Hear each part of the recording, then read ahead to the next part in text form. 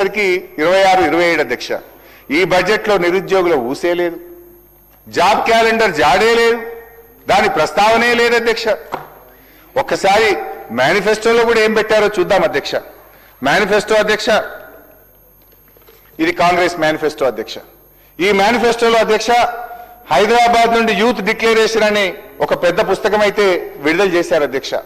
ఈ మేనిఫెస్టోలో ఏం చెప్పారంటే అధ్యక్ష, మొదటి సంవత్సరంలోనే 2 లక్షల ప్రభుత్వ ఉద్యోగాలు భర్తీ చేస్తామని హామీ ఇచ్చారు అధ్యక్ష. నేను అడుగుతా ఉన్న భట్టి గారిని, ఆ 2 లక్షల ఉద్యోగాలు ఇచ్చారా? ఎవరికి ఇచ్చారు? మొదటి సంవత్సరం గడిచిపోయింది, 2వ సంవత్సరం గడిచిపోయింది, మరి చేయండి. ఒకవేళ ఉద్యోగాలు ఇచ్చుంటే నిరుద్యోగుల విజయోత్సవాలు కూడా జరపండి భట్టి గారు. ఎందుకో చేస్తలేరు నిరుద్యోగుల విజయోత్సవాలు అంటే. ఇక ఈ ముఖ్యమంత్రి గారు అయితే మరీ విడ్డూరం అధ్యక్ష. నిరుద్యోగులకు ఉద్యోగాలు ఎక్కువైపోయి ఇక నోటిఫికేషన్లు చాలు అంటున్నారని చెప్పి సెలవిస్తారు ఆయన. పోదామా మరి? నేను అడుగుతా స్పీకర్ గారు, ఒక పావు గంట హౌస్ అడ్జెంట్ చేయండి సార్. ఇక్కడనే కదా సార్ అశోక్ నగర్. భట్టి గారు మేము అందరం కలిసి అశోక్ నగర్ సెంట్రల్ లైబ్రరీకి పోయి అడుగుదాం. మరి నిరుద్యోగులు నోటిఫికేషన్లు చాలు అంటున్నారా? మీరు ఇచ్చిన ఉద్యోగాలతో వాళ్ళు సాటిస్ఫై అయ్యారా? వాళ్ళ మాటలు ఏందో ఒక్కసారి పోయి వినద్దాం. ఎందుకు అధ్యక్ష ఈ రకంగా నిరుద్యోగ యువతి యువకులను వంచిస్తారు అధ్యక్ష?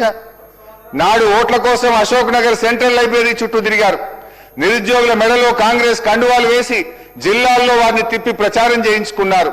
ఇప్పుడు అదే అశోక్ నగర్ లో ఉద్యోగాలు అడిగిన విద్యార్థుల వీపులను విమానం మూత మోగిస్తా ఉన్నారు అధ్యక్ష. తలలు పగలగొట్టారు. చివరికి చదువుల తల్లి నివసించే సిటీ సెంట్రల్ లైబ్రరీకి కూడా నెత్తురు మరకలంటించారు అధ్యక్ష. ఎన్నికల ముందు డిక్లరేషన్ తో మీకు అధికారం దక్కింది, బట్ ఎన్నికలు అయిన తర్వాత నిరుద్యోగులకు ఏం దక్కింది అధ్యక్ష? నిరుద్యోగులకు పాపం దక్కింది, డిప్రెషన్ దక్కింది, సప్రెషన్ దక్కింది అధ్యక్ష. అధ్యక్ష, ఎన్నికలు దాటడానికి నిరుద్యోగులను ఓడలా వాడుకొని గెలిచిన తర్వాత వాళ్ళను బోడమల్లేలు చేసింది ఎవరో ఇప్పుడు భట్టి గారే సెలవియ్యాలి అధ్యక్ష. అధ్యక్ష, 2వ బడ్జెట్లో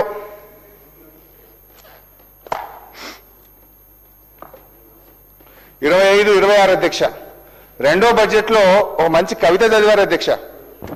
భట్టి గారు మా మీద చదివారు, 29వ పేజీ అధ్యక్ష. మా మీద ఏమని చదివారంటే అధ్యక్ష, శ్రీశ్రీ గారి కవిత మా మీద ప్రయోగించారు భట్టి గారు. కూటి కోసం కూలి కోసం పట్టణంలో బ్రతుకుదామని తల్లి మాటలు చెవిన పెట్టక బయలుదేరిన బాటసారికి ఎంత కష్టం ఎంత కష్టమని మా మీద చదివారు అధ్యక్ష భట్టి గారు.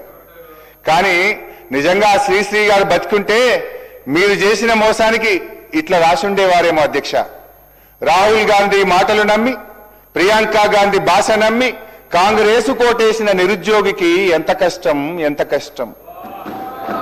ముఖ్యమంత్రి ఢిల్లీ బాయే, జాబులేమో రాకపాయే, కడుపు మండి ర్యాలీ తీస్తే లాఠీ చార్జీ చేసుడాయే, తలలు పగిలి నెత్తురాయే, అశోక్ నగరే చిత్తడాయే, కాంగ్రెసు కోటేసిన నిరుద్యోగికి ఎంత కష్టం ఎంత కష్టం. భట్టి గారు, సరే ఇప్పుడు నేను ఇప్పుడే ఒక మాట అన్నాను అధ్యక్ష.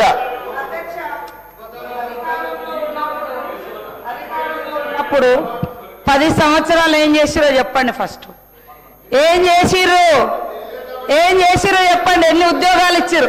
తెలంగాణ ఉద్యమం 10 ఏళ్ళు జరిగింది. 10 ఏళ్ల ఉద్యమం అంతా ఉద్యోగాల కోసమే.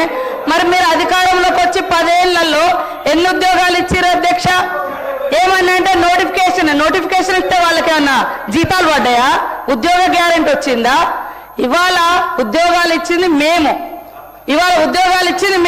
నోటిఫికేషన్ ఇచ్చినాం. నోటిఫికేషన్ ఇస్తే వాళ్ళ ఇంట్లోకైనా జీతాలు వచ్చినాయా? ఏమైనా ఆర్డర్ ఇచ్చిర్రా? ఇవాళ ఎట్లున్నాయంటే అధ్యక్ష, వీళ్ళు చెప్పేది పాండవులు సంపాదించిందంతా కౌరవుల తద్దినానికే అంటారు. వీళ్ళు చేసిన వాటికే అప్పులకు కొప్పులు కట్టడమే సరిపోతుంది సార్, వడ్డీలు. ఈరోజు హరీష్ రావు గారు ఇంత బాగా మాట్లాడిండు. మరి ఇన్ని వేల కోట్లు రైతులకు అప్పు ఎక్కడైంది? ఏ కాలంలో అయింది? ఇవాళ నీ నియోజకవర్గంలోనే 50% కాలేదంటున్నావు. మరి ఎందుకు కాలంటే మీ గవర్నమెంట్ హయాంలోనే మరి ఆ 20-30 వేల కోట్లు మీ గవర్నమెంట్ హయాంలోనే అయినాయి కదా అప్పులన్నీ రైతులకు. మీకు అంత చిత్తశుద్ధి ఉన్నప్పుడు ఎందుకు మరి కట్టలే? మీరు ఏకకాలంలో 1,00,000 రూపాయలు రుణమాఫీ చేస్తా అన్నారు. ఎడ చేసారు?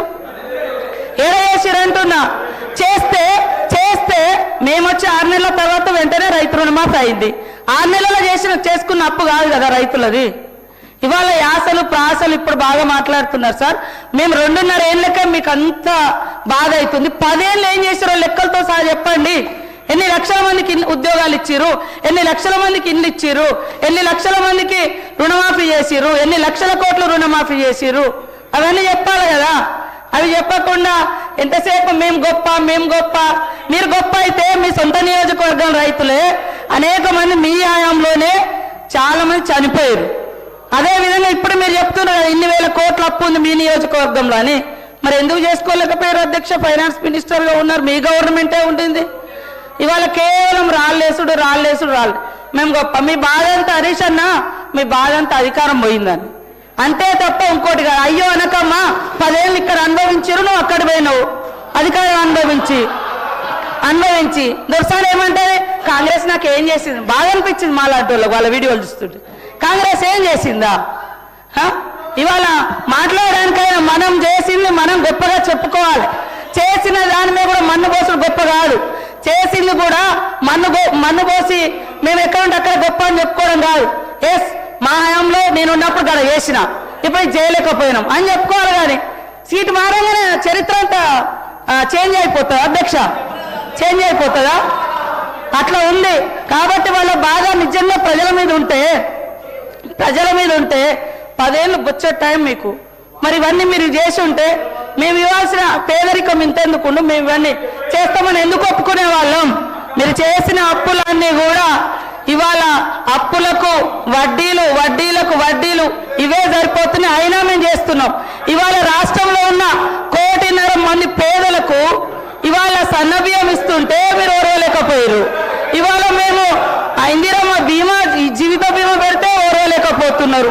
ఏం ఓర్వలేకపోతున్నారు? బాధ అంటే మీకు బాధ ఉంది తప్ప పేదోడికి ఇల్లొస్తే మీకు సంతోషం లేదా? మీరు రైతురి మీరు ఎన్ని ఇళ్ళు ఇచ్చారు? 10 ఏళ్లలో ఎన్ని ఇళ్ళు ఇచ్చారు చెప్పండి. మేము ఈ 2 ఏళ్లలో ఎన్ని ఇచ్చినో మేము చెప్తాం. మరి చెప్పకుండా కేవలం మట్టి పోసుడు దుమ్ము పోసుడు కాదు. మీరు చేసే చెప్పుకుంటూ మేమేం చేయాలో అది చెప్తే బాగుంటుందని కోరుతా ఉన్నా అధ్యక్ష. అధ్యక్ష, ఇప్పుడు ఆ రోజు మేము బడ్జెట్ ప్రవేశపెట్టినాము, దాని మీద చర్చ జరిగింది, బిల్లు పాస్ అయింది, దాని మీద ప్రజలు తీర్పు ఇచ్చిండ్రు. దట్స్ ఓవర్ అధ్యక్ష. ఇప్పుడు మీరు బడ్జెట్ ప్రవేశపెట్టిండ్రు, మీ బడ్జెట్ మీద మేము మాట్లాడుతున్నాం. మా బడ్జెట్ మీద మాట్లాడదామంటే టైం పెట్టండి, గత బడ్జెట్ మీద డిస్కస్ చేద్దామంటే ఇంకొక రోజు ఫుల్గా మాట్లాడదాం అధ్యక్ష. 2.5 ఏళ్ళు అయ్యాక ఇంకా మీ కథ, మీ బడ్జెట్, మీ లెక్కలు అని చెప్పుకుంటా ఇంకా ఎంతకాలం గడుపుతారు అధ్యక్ష? ఇప్పుడు చర్చ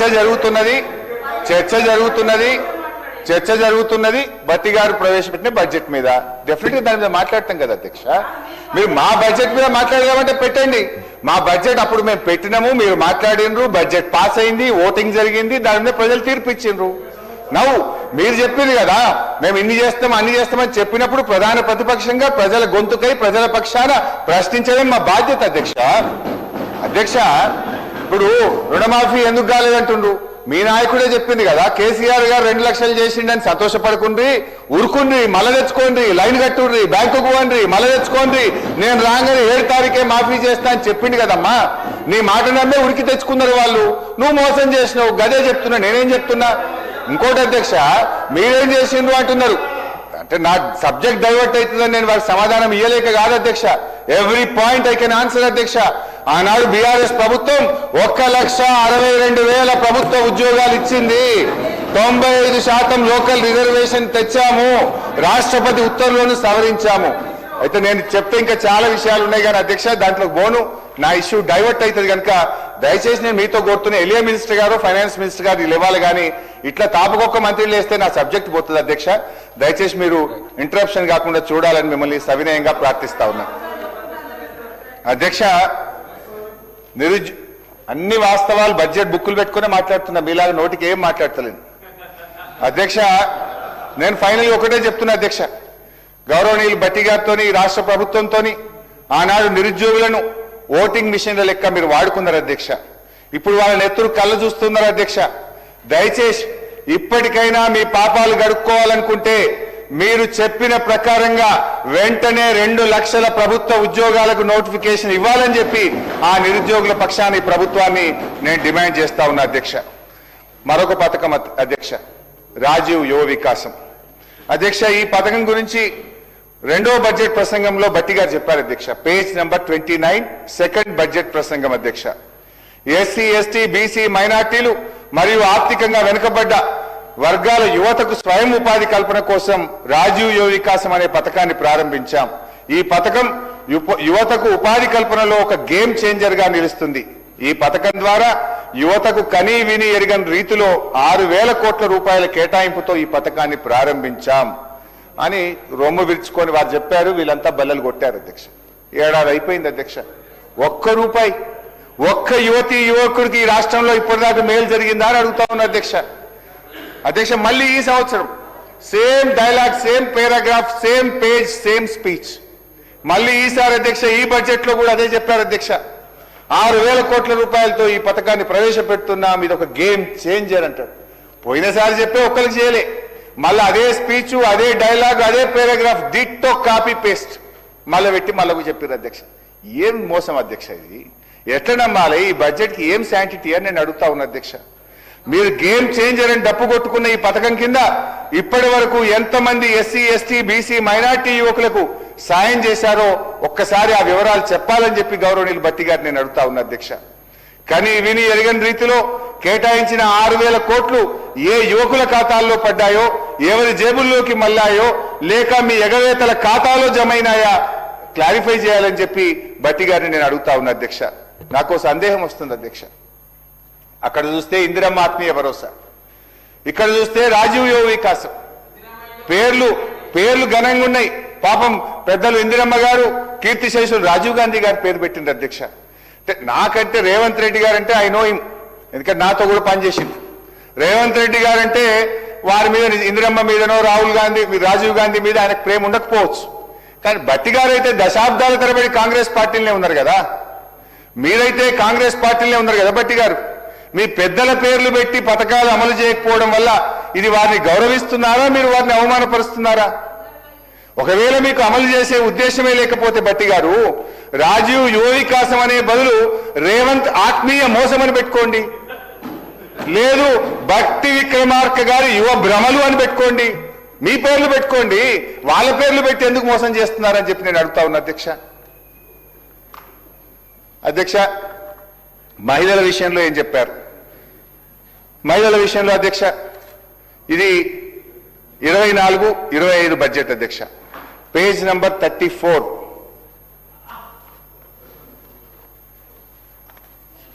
పేజ్ నంబర్ 34 అధ్యక్ష. ప్రతి సంవత్సరానికి కనీసం 20,000 కోట్లకు తగ్గకుండా వచ్చే 5 సంవత్సరాల్లో 1,00,000 కోట్ల రూపాయల వడ్డీ లేని రుణాలు అందించాలని మా ప్రభుత్వం సంకల్పించింది. 1,00,000 కోట్ల రూపాయల